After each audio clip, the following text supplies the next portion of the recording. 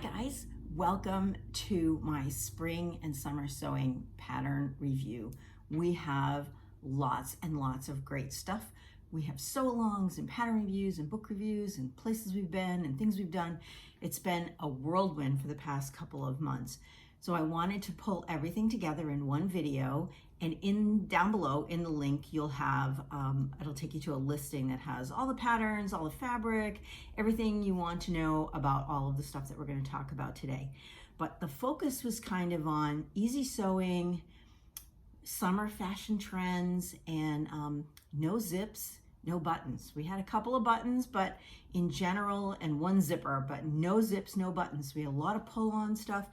You know, summer is about having time outside, not being stuck in the sewing room. So we wanted things that were quick, that would get you out, but looked absolutely adorable. So the first one we're going to talk about is Vogue 9199. Now this one was kind of an early spring piece, but it's a great transition for fall. It's made out of a scuba fabric. It is high-low. So, and I love a high-low dress. So I had this old scuba fabric it's a Nicole Miller that's been sitting in my stash for a really long time that I love. It's very geometric. And I love the high-low, and this pattern's been around for a while, and I've actually had it in my stash, meaning to make it up. I love it. I think it is so cute. Of course, I didn't have enough fabric, which is like sort of my trademark, right? So I ended up putting black ponte on the back, and the ponte is a little heavy, and the scuba doesn't breathe very well. So for a midsummer outfit, it's not so perfect, but it certainly will transition into fall. And, you know, I wear these dresses everywhere, just to go out to dinner, hanging out with my girlfriends. You know, it's not really that dressy. It's very casual. The scuba and the ponte make it super casual, but it's comfy, and I like to wear dresses. So that's the first one. No buttons, no zips, pulls right over your head. It's absolutely fabulous, and we cover some really interesting techniques on that. Fold over elastic, princess seams, which are great to fit somebody. And also I changed the sleeve on it. I made the sleeve. I wasn't happy with the sleeve, so I revamped the sleeve. Then I had to revamp it again because I wasn't happy with it. So there's a lot of sleeve work in that. But yes, we have cuff bands that we put on. You'll really like that one. The next sew along we did was Butterick 5456. Now this is a Minerva fabric, and I am an ambassador for Minerva. So this fabric was gifted to me from them.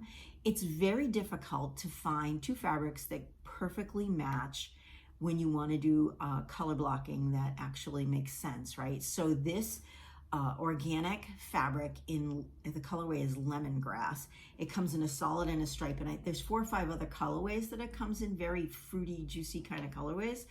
And of course it matches perfectly because it's linen, it's the same fabric, it's from the same colorway. So you have this really cute stripe and then this really cute solid that make up this dress. Now this dress again has been around for a while, and it's been in my stash, and it's so adorable. No zips, no buttons, has a little keyhole opening, and instead of doing the facing that's required in the pattern, I did a fully lined bodice. And if you want to learn how to do a fully lined bodice, this is a really good pattern to work with. I like it because, you know, I'm not a big fan of facings. They pop out. I don't care what you do, they pop out. And I do have one where we cover facings and how to make them, like, you know, perfect.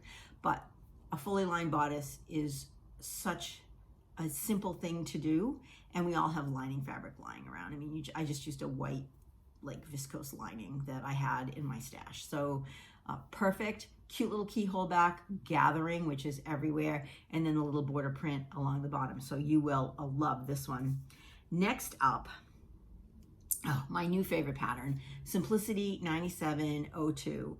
This boho dress is all the rage. You see it everywhere. We happened to be in France a couple of months ago, and everybody is wearing these floaty cotton lawn dresses with ruffles and gathers, and they're everywhere. Super plunging V-neck. You can't imagine how many times we have seen them floating around the French Riviera. So if you're going on a cruise, or if you just want to look like, you know, you just came from the French Riviera, this is the perfect dress for you. So the first one I made was from a fabric in my stash, and it's full length, and it has such a deep plunging V that I added a little lace panel in the front because I wanted a little more security.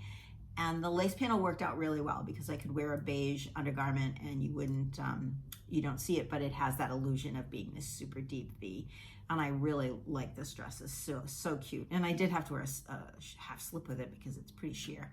And I fully lined, again, with this one, I fully lined the bodice because I didn't want to deal with the facings and the deep V popping out, rolling. So I went for a fully lined bodice, but left the sleeves fairly sheer and the skirt is sheer. So that worked out really well.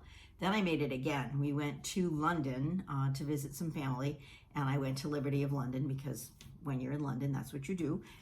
And I found this adorable cotton lawn that I fell in love with. So I made the shorter version without the ruffles, with the 3/4 sleeves. And again, I fully lined the bodice. This time, I didn't do any like modesty panel on the V-neck.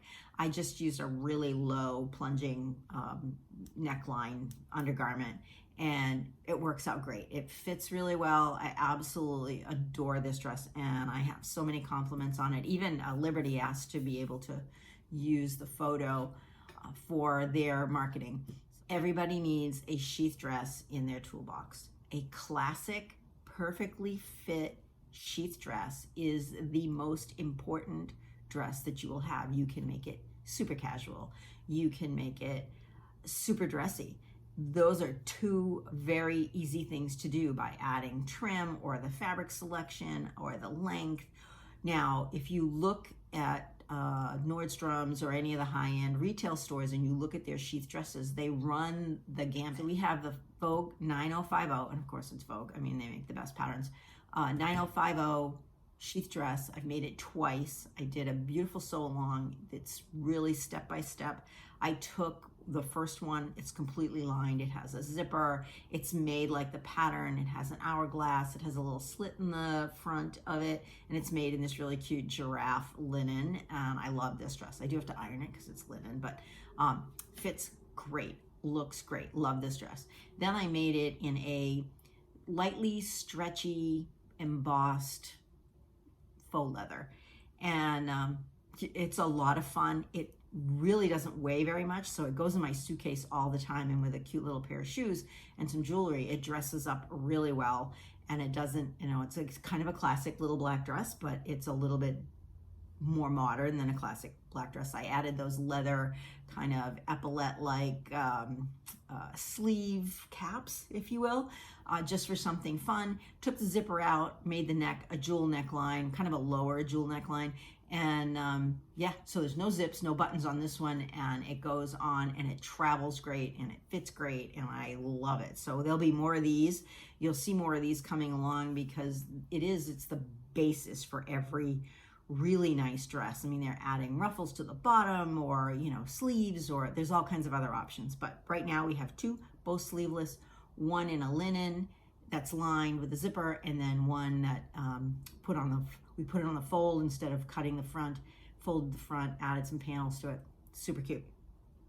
Love that one. Next up is McCall's 7948. Now, this pattern has been around for a while, and for a short period of time, it was a free pattern at Minerva. So I hope you had a chance to get yours, although you do have to print it and then tape it together, and that's a lot of work. But I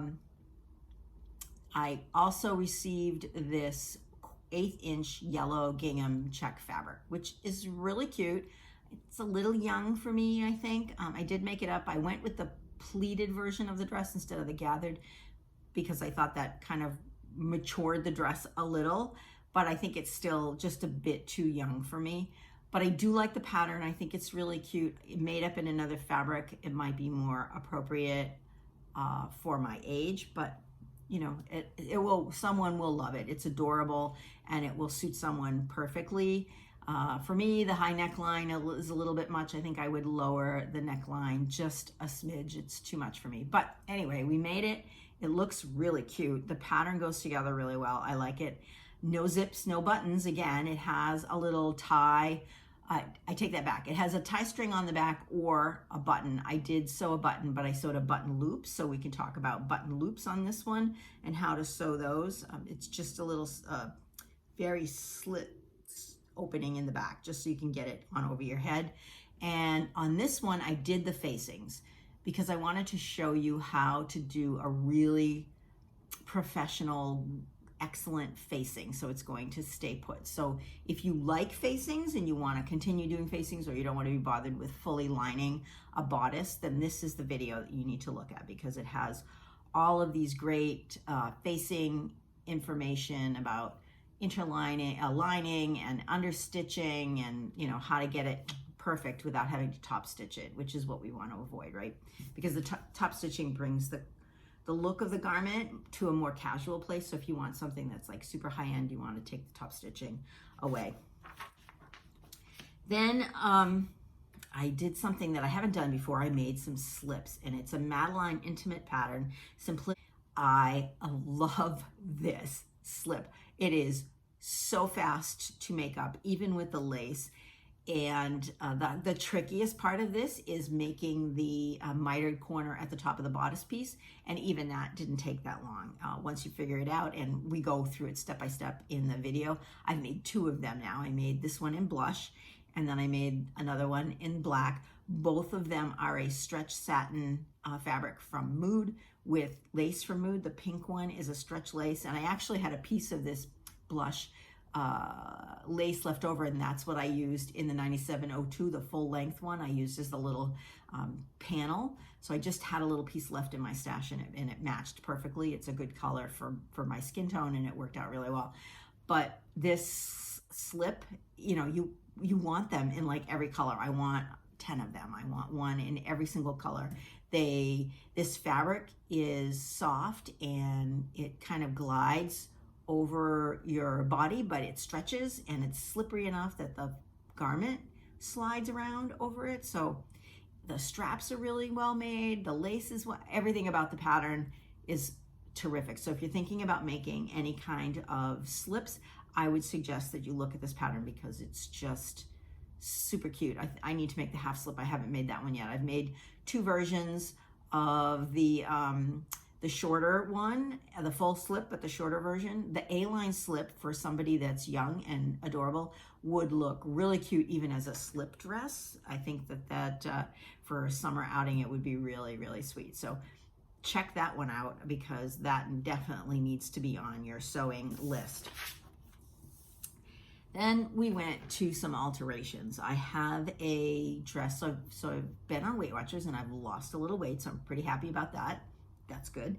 And then, so some of my clothes are starting to get too big. Some of them I'm getting into again, which is wonderful, but some of them are starting to get a little too big. And this Belladonna dress is one of them. This is a deer and doe pattern, and it's sleeveless, so it's pretty easy to edit. And what happens, you can see in the before and after, it's about 2 inches too long for me. And it's 2 inches too long in the bodice. So I shortened it at the shoulders, brought the whole dress up 2 inches, so it hangs at my knee where it should. The waistband came up from my hips back up to my waist, and then I lost all of that like sagging underneath the arms and in the back, so it worked out really well.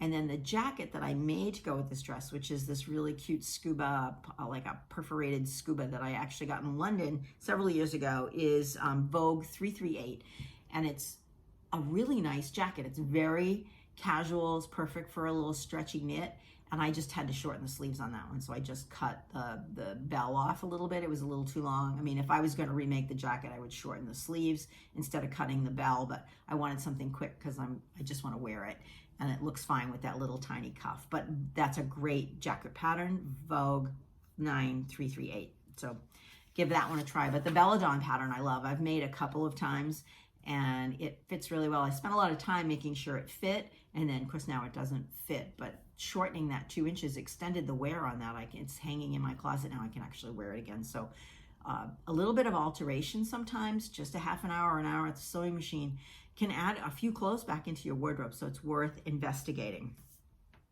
Now, the next dress that I did was for Threads magazine. I do sewing for them and also pattern reviews. I just finished doing another one that's coming along in the next in an issue in 6 months. But this one just came out in the newest issue. It is the Nicole dress from Sew Over It in London. And I really like this dress. The style doesn't work for me, but it's a classic dress, that a classic button-down shirt dress, and it's super well crafted.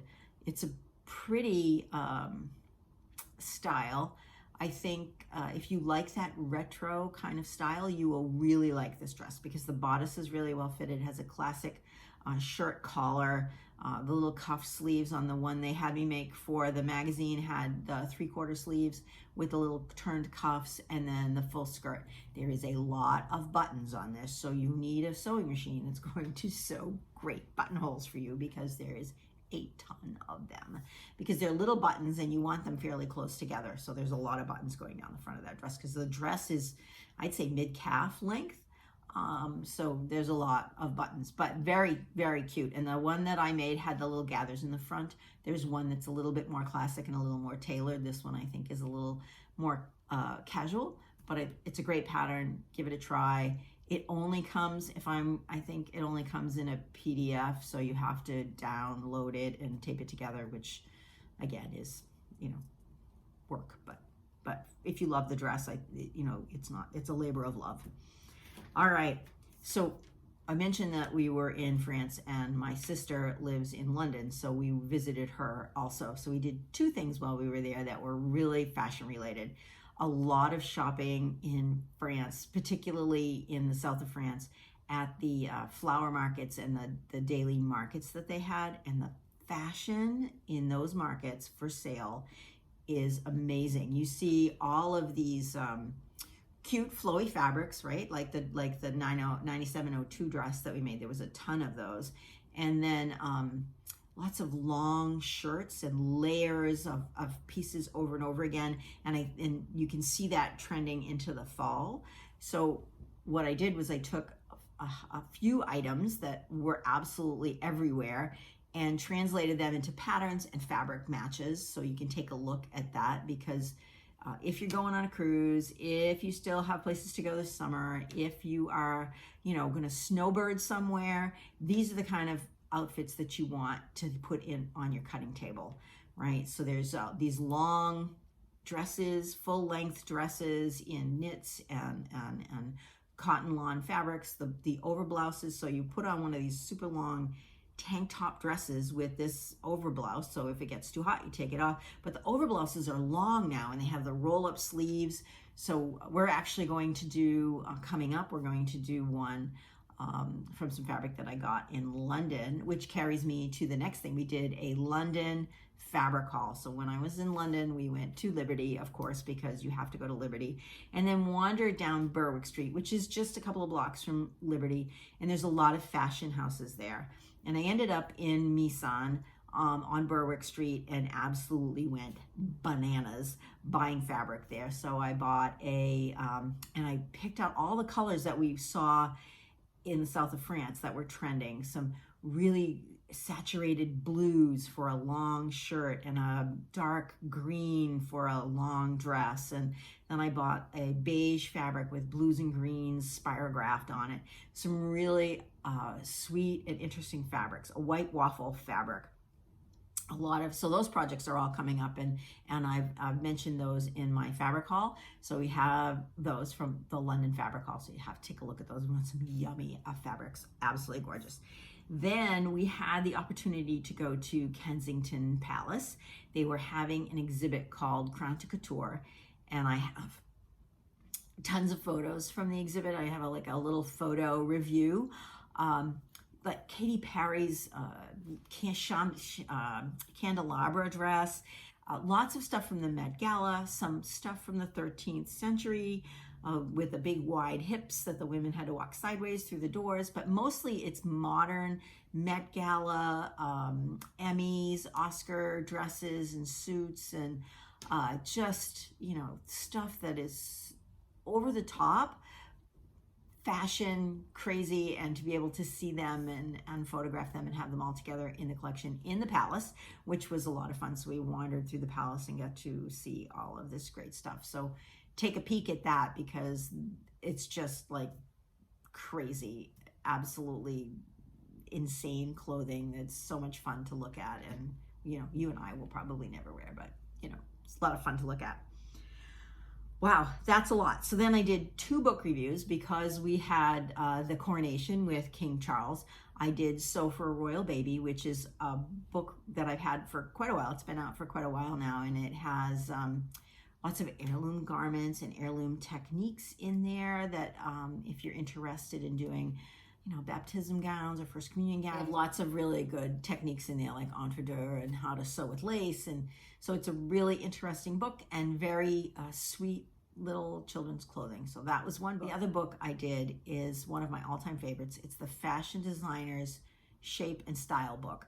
And essentially, it's a line drawing book of sleeves, bodices, necklines, cuffs, hems.